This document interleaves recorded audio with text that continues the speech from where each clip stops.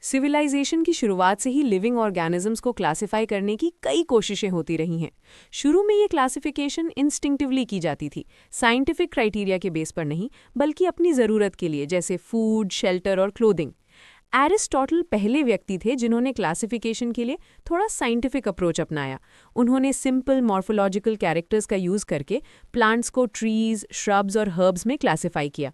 उन्होंने एनिमल्स को भी दो ग्रुप्स में डिवाइड किया, जिनमें रेड ब्लड होता है और जिनमें रेड ब्लड नहीं होता।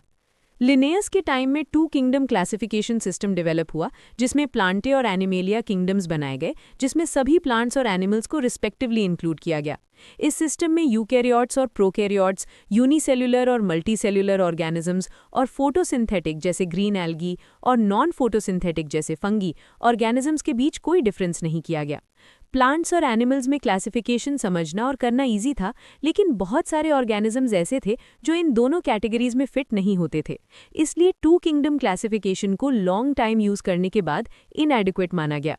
सिर्फ ग्रॉस मॉर्फोलॉजी के अलावा और भी कैरेक्टरिस्टिक्स को इंक्लूड करने की ज़रूरत महसूस हुई, जैसे सेल स्ट्रक्चर, सेल वॉल की nature, mode of nutrition, habitat, reproduction के मेथड्स और एवोल्यूशनरी रिलेशनशिप्स। इस वजह से लिविंग ऑर्गेनिजम्स के क्लासिफिकेशन सिस्टम्स टाइम के साथ काफ़ी चेंज होते रहे। प्लांट और एनिमल किंगडम्स हर सिस्टम में कांस्टेंट रहे, लेकिन कौन-कौन से ऑर्गेनिजम्स इनमें इंक्लूड होंगे, ये अंडरस्टैंडिंग टाइम के साथ बदलती रही। दूसरे किंगडम्स की नंबर और नेचर को भी अलग-अलग साइंटिस्ट्स ने अलग तरह से समझा। R.H. विटिकर 1969 ने 5 किंगडम क्लासिफिकेशन प्रपोज की। इसमें किंगडम्स का नाम था मोनेरा, प्रोटिस्टा, फंगी, प्लांटे और एनिमेलिया। उन्होंने क्लासिफिकेशन के लिए मेन क्राइटेरिया यूज़ किए: cell structure, body organisation, mode of nutrition, reproduction और फाइलोजेनेटिक रिलेशनशिप्स।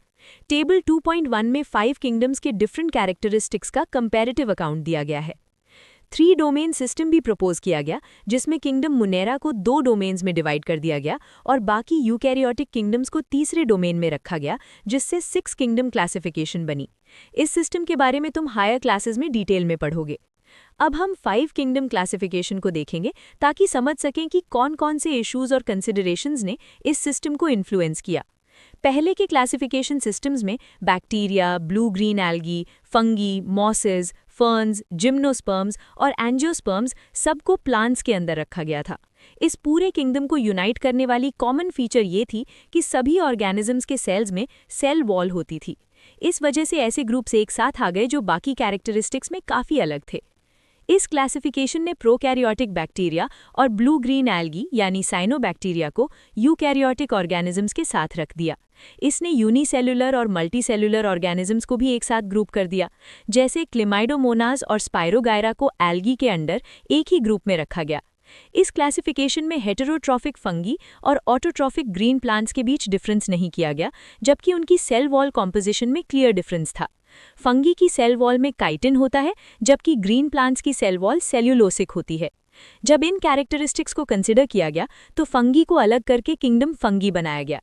सारे प्रोकैरियोटिक ऑर्गेनिजम्स को किंगडम मोनेरा में रखा गया और यूनिसेल्युलर यूकैरियोटिक ऑर्गेनिजम्स को किंगडम प्रोटिस्टा में।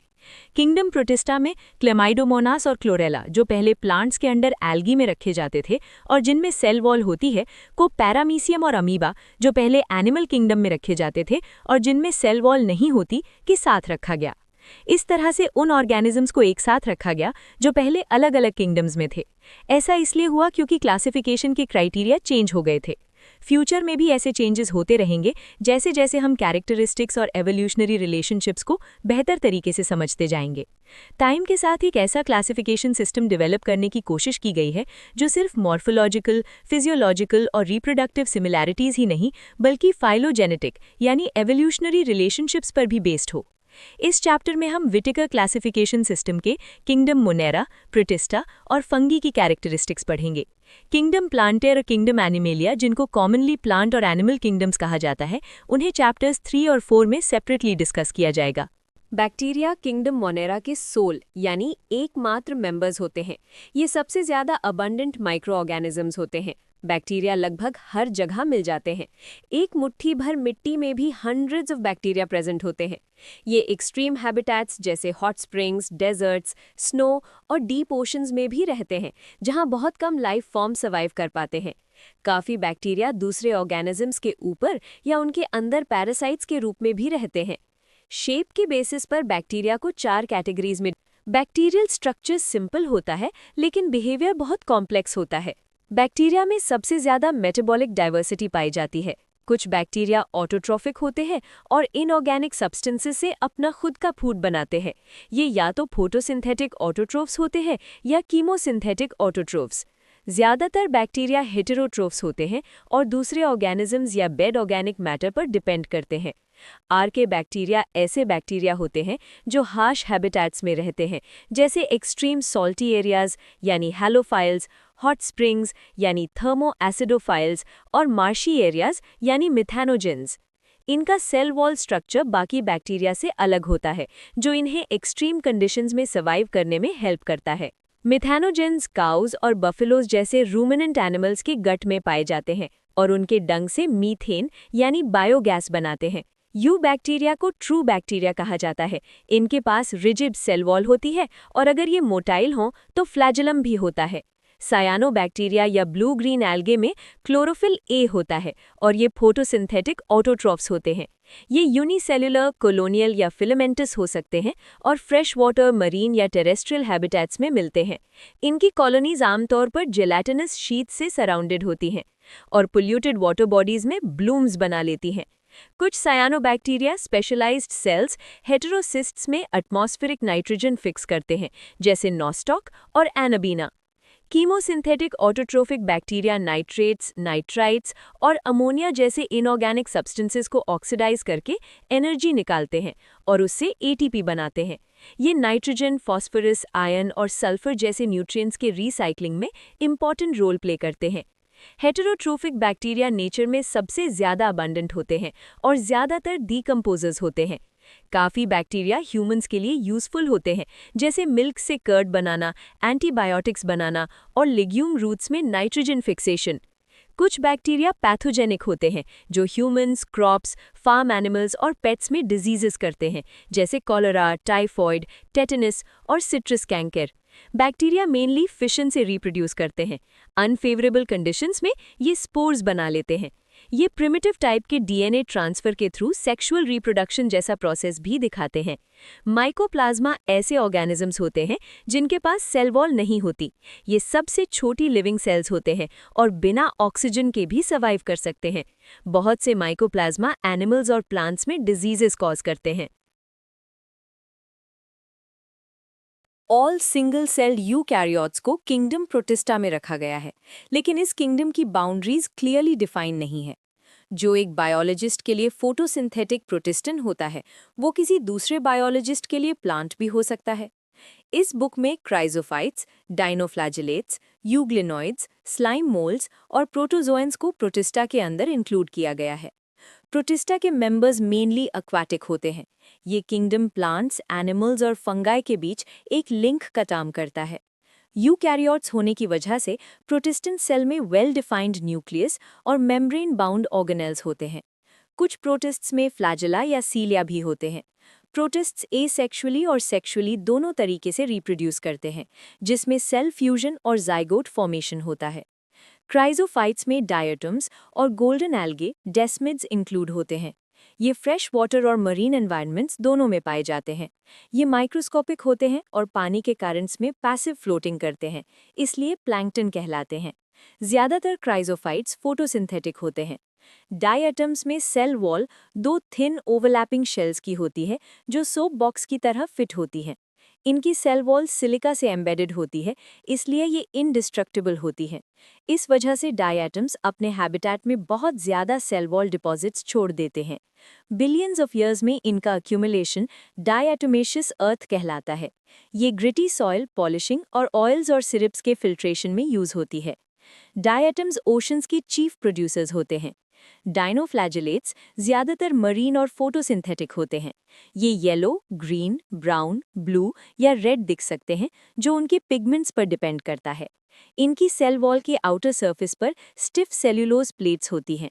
ज़्यादातर डाइनोफ्लैजिलेट्स में 2 फ्लैजिला होते हैं, एक लॉन्गिट्यूडिनल और दूसरा ट्रांसवर्स, जो वॉल प्लेट्स के बीच फरों में होता है। कई बार रेड डाइनोफ्लैजेलेट्स जैसे गोनियोलैक्स बहुत तेजी से मल्टीप्लाई करते हैं और सी रेड दिखने लगता है, जैसे रेड टाइड्स कहते हैं।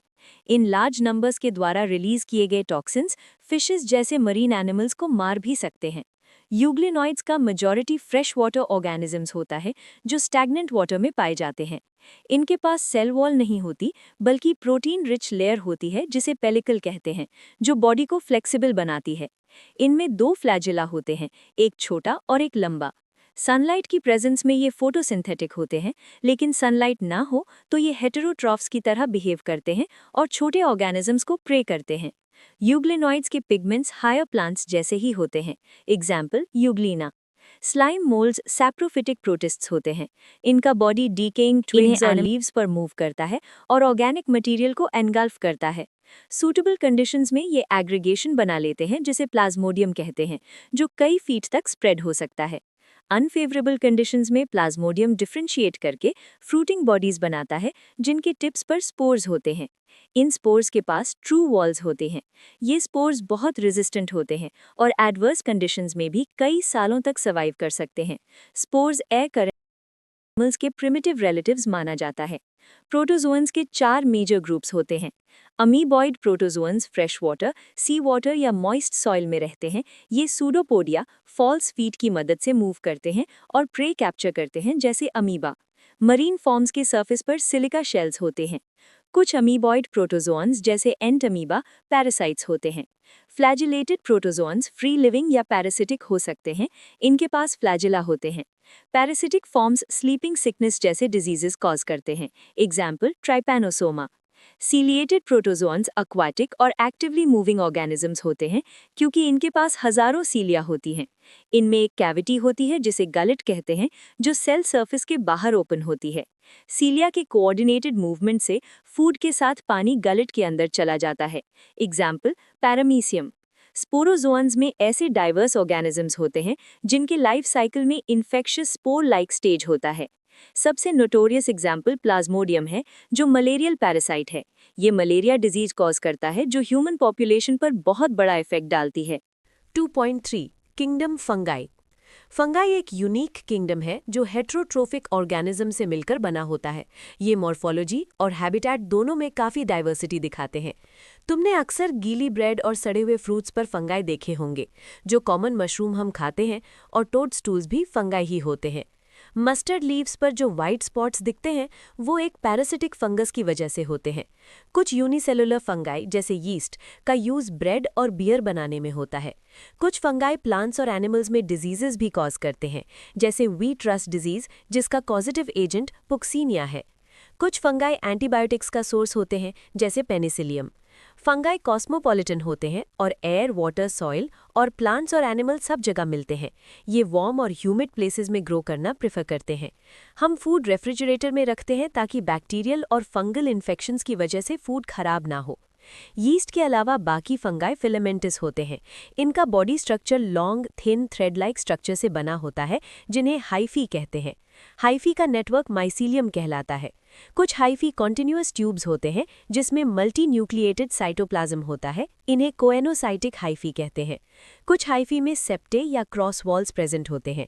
फंगाई की सेल वॉल काइटिन और पॉलीसैकेराइड से बनी होती है। मोस्ट फंगाई हेट्रोट्रोफिक होते हैं और डेड सबस्ट्रेट से सॉल्युबल ऑर्गेनिक मैटर अब्जॉर्ब करते हैं, इसलिए इन्हें सैप्रोफाइट्स कहते हैं। जो फंगाई लिविंग प्लांट्स और एनिमल्स पर डिपेंड करते हैं उन्हें पैरासाइट्स कहा जाता है। कुछ फंगाई सिम्बायोटिक रिलेशनशिप में भी रहते हैं, एल्गी के साथ लाइकन्स और हायर प्लांट्स के रूट्स के साथ माइकोराइजा। फंगाई में रिप्रोडक्शन वेजिटेटिव मेथड से हो सकता है, जैसे फ्रैगमेंटेशन, फिजन और बडिंग। एसेक्सुअल रिप्रोडक्शन स्पोर्स के थ्रू होता है, जैसे कोनिटिया, स्पोरांजियोस्पोर्स और zoospores. Sexual reproduction oospores, ascospores और बेसिडियोस्पोर्स से होता है। ये स्पोर्स स्पेशल स्ट्रक्चर्स में बनते हैं जिन्हें फ्रूटिंग बॉडीज कहते हैं। सेक्सुअल साइकिल में 3 स्टेप्स होते हैं, प्लाज्मोगैमी, कैरियोगैमी और मियोसिस। पहले 2 गैमीट्स के प्रोटोप्लाज्म का फ्यूजन होता है, जिसे प्लाज्मोगैमी कहते हैं। फिर न्यूक्लियाई का फ्यूजन होता है, जिसे कैरियोगैमी कहते हैं। और लास्ट में जाइगोट में मियोसिस होती है, जिससे हैप्लॉइड स्पोर्स बनते हैं। सेक्सुअल रिप्रोडक्शन के दौरान दो हैप्लॉइड हाइफी फ्यूज करते हैं। कुछ फंगाई में तुरंत डिप्लॉइड सेल्स बन जाते हैं, लेकिन एस्कोमाइसिटीज और बेसिडियोमाइसिटीज में एक डाइकैरियोटिक स्टेज आता है जिसमें हर सेल में दो न्यूक्लियाई होते हैं। इसे डाइकैरियन और इस फेज को डाइकैरियोफेज कहते हैं। बाद में पेरेंटल न्यूक्लियाई फ्यूज करते हैं और सेल्स डिप्लॉइड बन जाते हैं। फ्रूटिंग बॉडीज में मियोसिस होती है जिससे हैप्लॉइड स्पोर्स बनते हैं। माइसीलियम की मॉर्फोलॉजी, स्पोर फॉर्मेशन का मोड और फ्रूटिंग बॉडीज फंगाई की क्लासिफिकेशन का बेस होते हैं। 2.3.1 फाइकोमाइसिटीज। फाइकोमाइसिटीज एक्वेटिक हैबिटेट्स में मॉइस्ट और डैम्प प्लेसेस में डीकेइंग वुड पर और प्लांट्स पर ऑब्लिगेट पैरासाइट्स के रूप में मिलते हैं। इनका माइसीलियम एसेप्टेट और कोएनोसाइटिक होता है। एसेक्सुअल रिप्रोडक्शन जूस्पोर्स या एप्लानोस्पोर्स के थ्रू होता है जो स्पोरेंजियम के अंदर एंडोजेनसली बनते हैं। सेक्सुअल रिप्रोडक्शन में जाइगोस्पोर दो गैमीट्स के फ्यूजन से बनता है। गैमीट्स आइसोगैमस, अनाइसोगैमस या ऊगैमस हो सकते हैं। एग्जाम्पल्स म्यूकोर, राइजोपस और एल्ब्यूगो हैं। 2.3.2 एस्कोमाइसिटीज। एस्कोमाइसिटीज को सैक फंगाई कहते हैं। ये मोस्टली मल्टीसेलुलर होते हैं जैसे पेनिसिलियम और कभी-कभी यूनिसेलुलर जैसे यीस्ट सैक्रोमाइसिस। ये सैप्रोफिटिक, डीकम्पोजर्स, पैरासिटिक या कॉप्रोफिलस हो सकते हैं। इनका माइसीलियम ब्रांच्ड और सेप्टेट होता है। एसेक्सुअल स्पोर्स कोनिडिया होते हैं जो कोनिडियोफोर्स पर एक्सोजेनसली बनते हैं। कोनिडियो जर्मिनेट करके माइसीलियम बनाते हैं। सेक्सुअल स्पोर्स एस्कोस्पोर्स कहलाते हैं जो एस्कस के अंदर एंडोजेनसली बनते हैं। एस्काई मिलकर एस्कोकार्प्स बनाते हैं। एग्जाम्पल्स एस्परजिलिस, क्लेविसेप्स और न्यूरोस्पोरा है। न्यूरोस्पोरा जेनेटिक और बायोकेमिकल स्टडीज में यूज होता है। मॉरल्स और ट्रफल्स एडिबल होते हैं। बेसिडियोमाइसिटीज। बेसिडियोमाइसिटीज में मशरूम्स, ब्रैकेट फंगाई और पफ बॉल्स आते हैं। ये सॉइल में, लॉग्स और ट्री स्टम्प्स पर और लिविंग प्लांट्स में पैरासाइट्स के रूप में मिलते हैं जैसे रस्ट्स और स्मट्स। इनका माइसीलियम ब्रांच्ड और सेप्टेट होता है। एसेक्सुअल स्पोर्स जनरली एब्सेंट होते हैं, लेकिन vegetative reproduction by fragmentation common होता है। सेक्स ऑर्गन्स एब्सेंट होते हैं। प्लाज्मोगैमी दो वेजिटेटिव सेल्स के फ्यूजन से होता है जिससे डाइकैरियोटिक स्ट्रक्चर बनता है जो आगे बेसिडियम बनाता है। बेसिडियम में कैरियोगैमी और मियोसिस होती है और 4 बेसिडियोस्पोर्स बनते हैं जो एक्सोजेनसली प्रोड्यूस होते हैं। बेसिडिया मिलकर बेसिडियोकार्प्स बनाते हैं। एग्जाम्पल्स एगैरिकस, यूस्टिलागो और पुक्सीनिया है। 2.3.4 ड्यूटेरोमाइसिटीज। ड्यूटेरोमाइसिटीज को इम्परफेक्ट फंगाई कहते हैं क्योंकि इनका सिर्फ एसेक्सुअल स्टेज नोन होता है। जब इनका सेक्सुअल स्टेज डिस्कवर होता है तो इन्हें सही क्लास में शिफ्ट कर दिया जाता है। ये सिर्फ कोनिडिया के थ्रू रिप्रोड्यूस करते हैं। इनका माइसीलियम सेप्टेट और ब्रांच्ड होता है। कुछ मेंबर्स सैप्रोफाइट्स या पैरासाइट्स होते हैं और बहुत से लिटर के डीकम्पोजर्स होते हैं जो मिनरल साइक्लिंग में हेल्प करते हैं। एग्जाम्पल्स अल्टरनेरिया, कॉलिट्रिकम और ट्राइकोडर्मा है। 2.4 किंगडम प्लांटे। किंगडम प्लांटे में सभी यूकैरियोटिक क्लोरोफिल कंटेनिंग ऑर्गेनिजम्स आते हैं जिनको हम प्लांट्स कहते हैं।